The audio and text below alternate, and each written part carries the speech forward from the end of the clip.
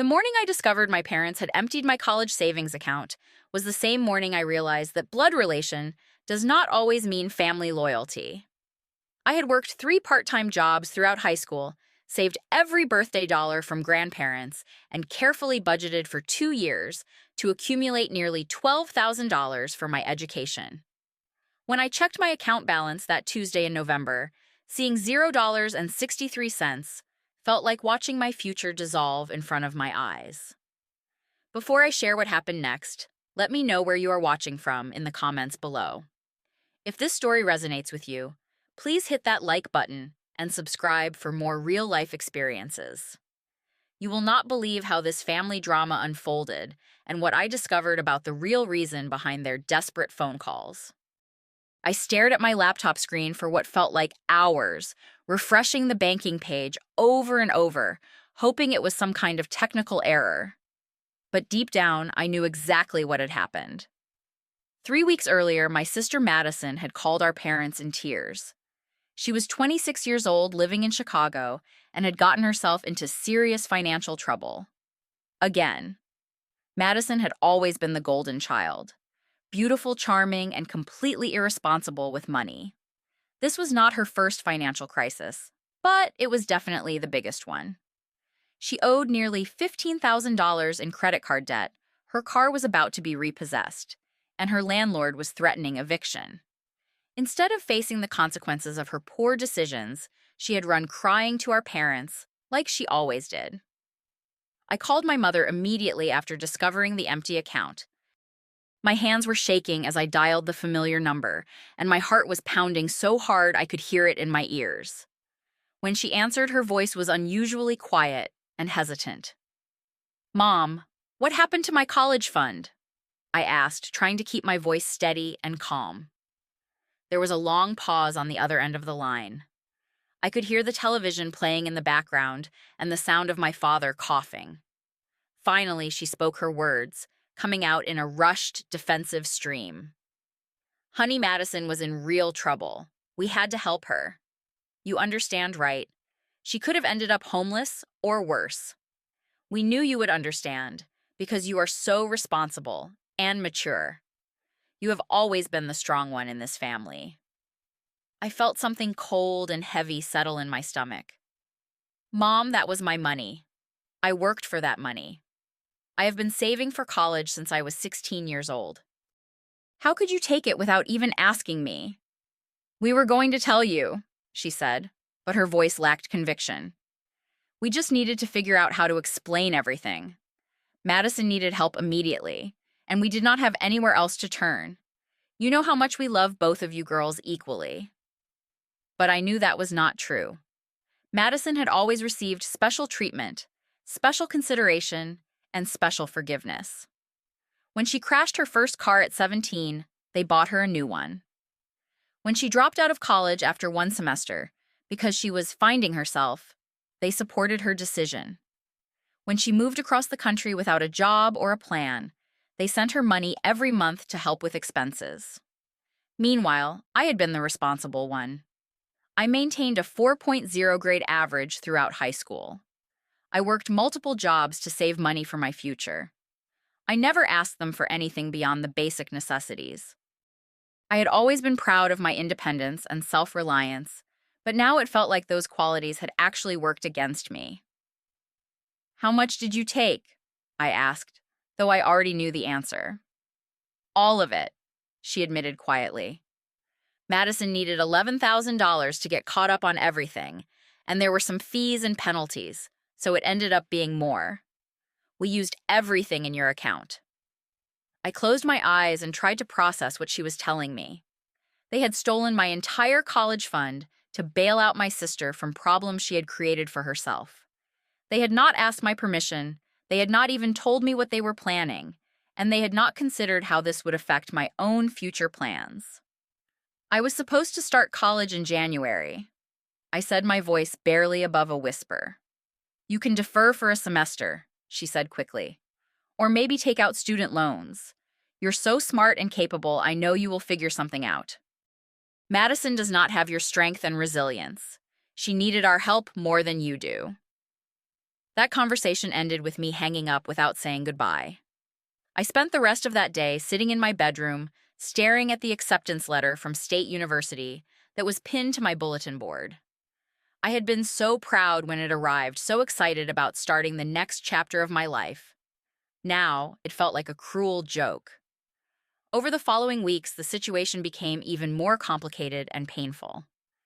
Madison called me directly to explain her side of the story, and her conversation revealed just how little remorse she actually felt about the entire situation. "I know you are upset," she said when she reached me a few days later. "But you have to understand how desperate I was. I could not sleep. I could not eat. I was having panic attacks every single day. Mom and Dad saved my life by helping me out." I listened to her elaborate explanation of how she had gotten into debt. According to Madison, none of it was really her fault. Her credit card bills were high because her salary was lower than expected. Her car payments were behind because her roommate had moved out unexpectedly, leaving her responsible for the full rent. Her other expenses had spiraled because she had been trying to maintain her social life and professional image while struggling financially. What she did not mention, but what I learned later from our cousin Jennifer, was that Madison had also been spending hundreds of dollars every month on clothes, jewelry, expensive dinners, and weekend trips. She had been living far beyond her means for years, charging everything to credit cards and ignoring the mounting debt until it became impossible to ignore. "You will be fine," Madison continued. "You are so much better at managing money than I am. You can get scholarships or financial aid or something. I did not have any other options." Her casual dismissal of my plans and dreams was almost more hurtful than the theft itself. She genuinely seemed to believe that my hard work and responsibility meant that I deserved less support and consideration from our family. In her mind, because I was capable of taking care of myself, I should always be the one to sacrifice for her benefit. I tried to explain to her how much that money had meant to me, how many hours I had worked to save it, how carefully I had planned my educational future around having those funds available. But she was not really listening. She was relieved that her immediate crisis had been resolved, and my problems seemed abstract and manageable in comparison. "Besides," she added toward the end of our conversation, "you know, Mom and Dad will help you figure out college eventually. They just had to prioritize the emergency situation first. Once things settle down, I'm sure they will find a way to help you, too." But I knew that was not true. Our parents had always operated under the assumption that I would be fine, no matter what happened. They had spent my entire childhood treating Madison like she needed constant rescue and support, while expecting me to be independent and self-sufficient. They were not going to suddenly change their approach now. The weeks that followed were some of the most challenging of my life. I had to make painful phone calls to the university to defer my enrollment. I had to explain to my guidance counselor why my college plans had suddenly changed. I had to tell my friends that I would not be joining them for freshman year after all. Most difficult of all, I had to figure out what to do with my life instead. I found a full-time job at a local retail store, making barely above minimum wage. I moved out of my parents' house and rented a small studio apartment across town. I started the slow, frustrating process of rebuilding my college fund from scratch, knowing that it would take years to save enough money to pursue my education. My parents seemed genuinely surprised by how seriously I was taking the situation. They had expected me to be disappointed, but they had not anticipated that I would essentially cut contact with the family. They called periodically to check in, but our conversations were stiff and uncomfortable. "You're being too dramatic about this," my father said during one of these calls in early December. "Family helps family. That is just how things work. You would have done the same thing for Madison if the situations were reversed." But I knew that was not true either. Madison would never have accumulated that kind of savings in the first place, and even if she had, our parents would never have expected her to sacrifice her future for someone else's mistakes. As Christmas approached, the phone calls from my parents became more frequent and increasingly desperate. They started with casual invitations to family dinner, progressed to guilt-laden messages about holiday traditions, and eventually escalated to emotional pleas about the importance of family unity during the holiday season. "You cannot skip Christmas," my mother said during a tearful call 3 days before the holiday. "This is the most important time of year for families to come together. We have been planning this for weeks. Your grandmother is coming, your aunts and uncles will be there, and Madison is driving in from Chicago specifically to see you." I found it interesting that Madison was driving in to see me, considering she had not bothered to call or text since our conversation about the money weeks earlier.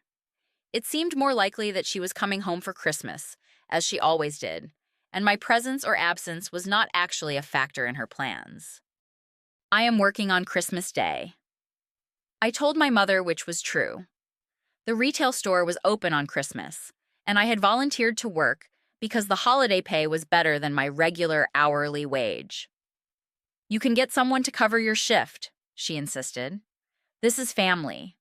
Family comes before work. You know how important Christmas is to me, and it will not be the same without you here."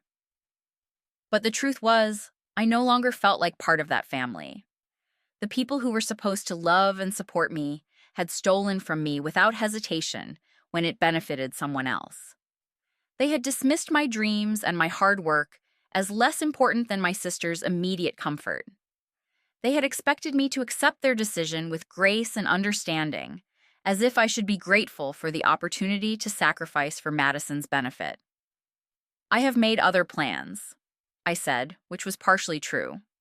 I was planning to work, then come home to my small apartment and watch movies by myself. It was not exactly a traditional Christmas celebration, but it felt more honest than pretending that everything was normal with my family. My father got on the phone then, and his tone was more frustrated than pleading. "You're being selfish and childish," he said.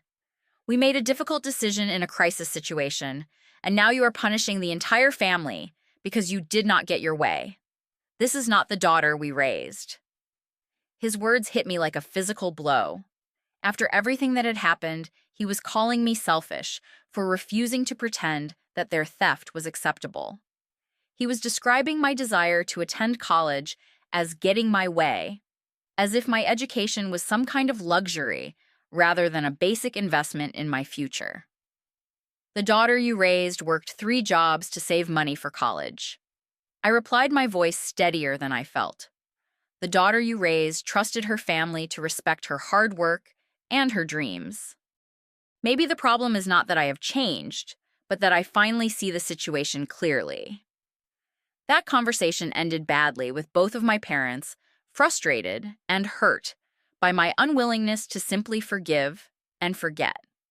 But I was not ready to do either of those things.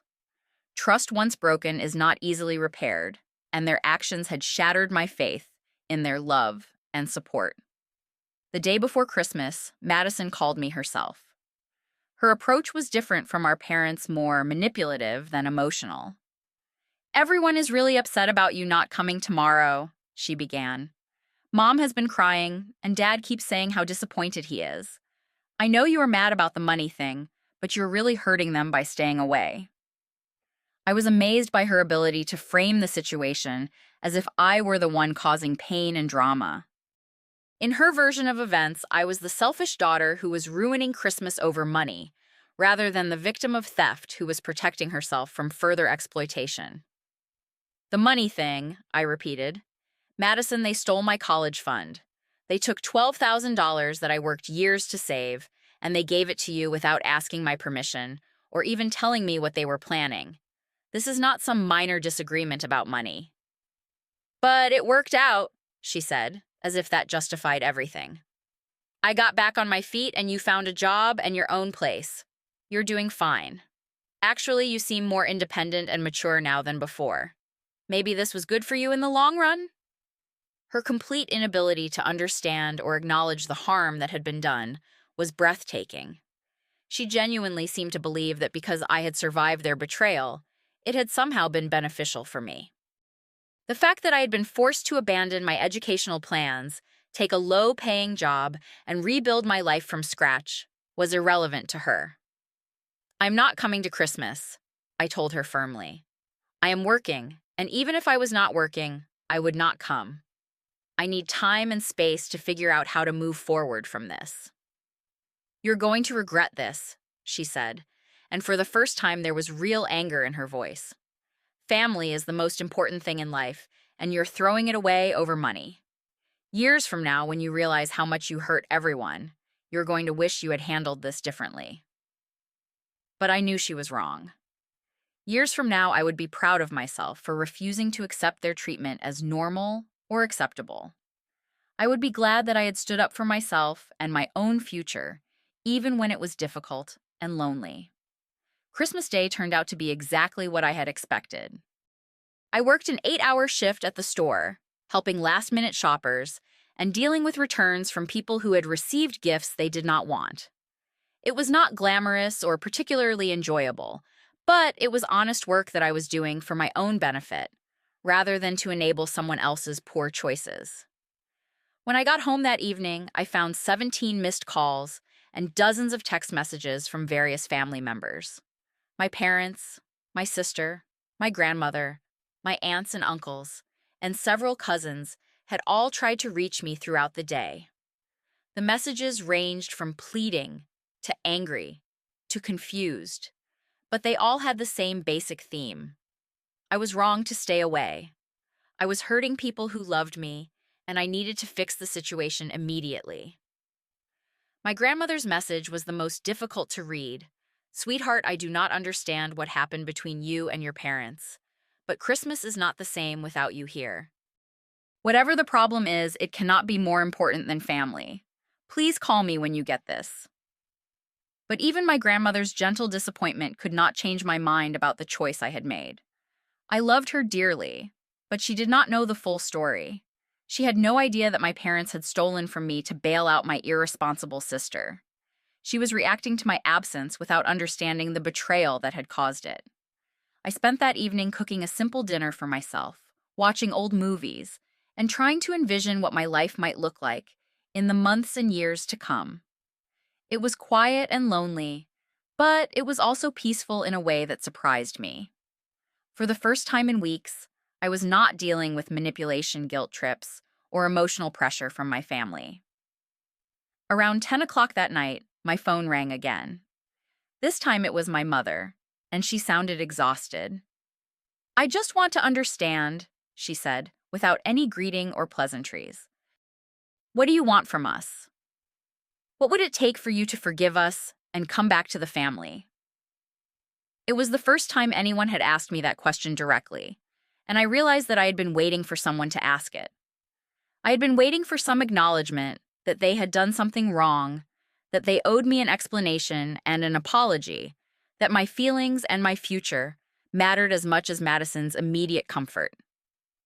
I want you to acknowledge that what you did was wrong, I said. I want you to understand that you stole from me, not helped Madison. I want you to recognize that you have always treated her mistakes and crises as more important than my hard work and achievements. And I want you to figure out how to make this right, not just expect me to pretend it never happened. There was a long silence on the other end of the line. I could hear the sounds of family celebration in the background, laughter and conversation, and Christmas music playing softly. We cannot undo what we did, she finally said. And honestly, I'm not sure we would undo it even if we could.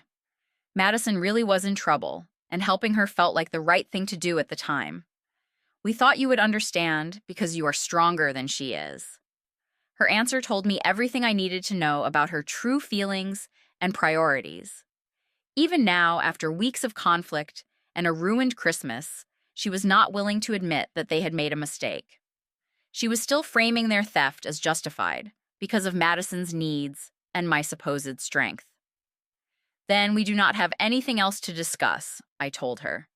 I will not pretend that what you did was acceptable, just to make everyone more comfortable. That conversation ended our relationship for several months. We did not speak again until the following summer, and even then, it was only because my grandmother was hospitalized and asked specifically to see both of her granddaughters. The months between Christmas and that hospital visit were challenging, but ultimately transformative for me. I worked full-time, lived frugally, and slowly rebuilt my college fund. I also started seeing a counselor to help me process the betrayal and figure out how to move forward with my family relationships. Through therapy, I learned to recognize the patterns of favoritism and manipulation that had shaped my family dynamics for years. I began to understand that my parents' treatment of Madison and me was not really about our individual personalities or capabilities, but about their own discomfort with conflict and their tendency to enable rather than address problems. I also learned that setting boundaries and protecting myself was not the same as being selfish or vindictive. I had the right to expect honesty, respect, and consideration from the people who claimed to love me. I did not owe anyone my forgiveness or my presence simply because we shared DNA. By the time my grandmother became ill, I had started taking community college classes in the evenings while continuing to work full-time. It was not the traditional college experience I had originally planned, but it was mine, and I had earned it through my own efforts. I was proud of what I had accomplished, despite the obstacles my family had placed in my path. When I saw my parents at the hospital, they looked older and more tired than I remembered. Madison was there too, and she seemed genuinely surprised to see me. It had apparently not occurred to her that I would come when our grandmother needed me, despite my ongoing conflict with the rest of the family. My grandmother's illness ultimately brought us back into contact with each other, but it did not magically resolve the underlying issues or rebuild the trust that had been broken. My parents never offered a genuine apology for taking my money, and Madison never acknowledged the harm that her financial irresponsibility had caused. However, over time, we developed a new kind of relationship based on clearer boundaries and more honest communication. I stopped expecting them to treat me fairly or prioritize my needs equally with Madison's. In return, they stopped expecting me to sacrifice my own well-being for the sake of family harmony. I completed my college degree through a combination of community college classes, online courses, and evening programs at the state university. It took me longer than I had originally planned, but I graduated with no debt and a clear sense of my own strength and independence. Madison continued to struggle with money management and periodically called our parents for financial help. But she never asked me for anything, perhaps, because she knew I would not enable her poor choices the way our parents always had. Looking back now, years later, I can see that Christmas when I stayed away was a turning point in my life. It was the moment I stopped accepting mistreatment in the name of family loyalty and started insisting on genuine respect and consideration. It was painful and lonely at the time, but it was also necessary for my own growth and self-respect. The most important lesson I learned from that experience is that family relationships require the same honesty, respect, and reciprocity as any other meaningful connection. Love alone is not enough to sustain a healthy relationship if it is not accompanied by fairness, consideration, and genuine care for each person's well-being and dreams. Sometimes protecting yourself means disappointing people who expect you to accept less than you deserve. Sometimes standing up for your own future means refusing to enable other people's mistakes. And sometimes the most loving thing you can do for your family is to refuse to participate in dysfunctional patterns, even if they interpret your boundaries as rejection or punishment. I hope that anyone who finds themselves in a similar situation will remember that their dreams and hard work matter just as much as anyone else's immediate comfort. You do not owe anyone your financial security, your educational opportunities, or your future simply because they ask for it, or because family members pressure you to give it up. Trust your instincts, protect your boundaries, and remember that true family members will respect your needs and support your goals rather than asking you to sacrifice them for someone else's benefit. Have you ever experienced favoritism in your family that affected major life decisions? How did you handle the situation, And what advice would you give to others facing similar challenges? Share your thoughts and experiences in the comments below. If this story resonated with you, please give it a like and subscribe for more real-life experiences about family dynamics and personal growth. Share this video with someone who might need to hear that their dreams and boundaries matter just as much as anyone else's. Thank you for listening to my story, and I wish you the courage to stand up for your own future, even when it is difficult. Remember that you deserve relationships built on respect and genuine care, not just obligation and guilt.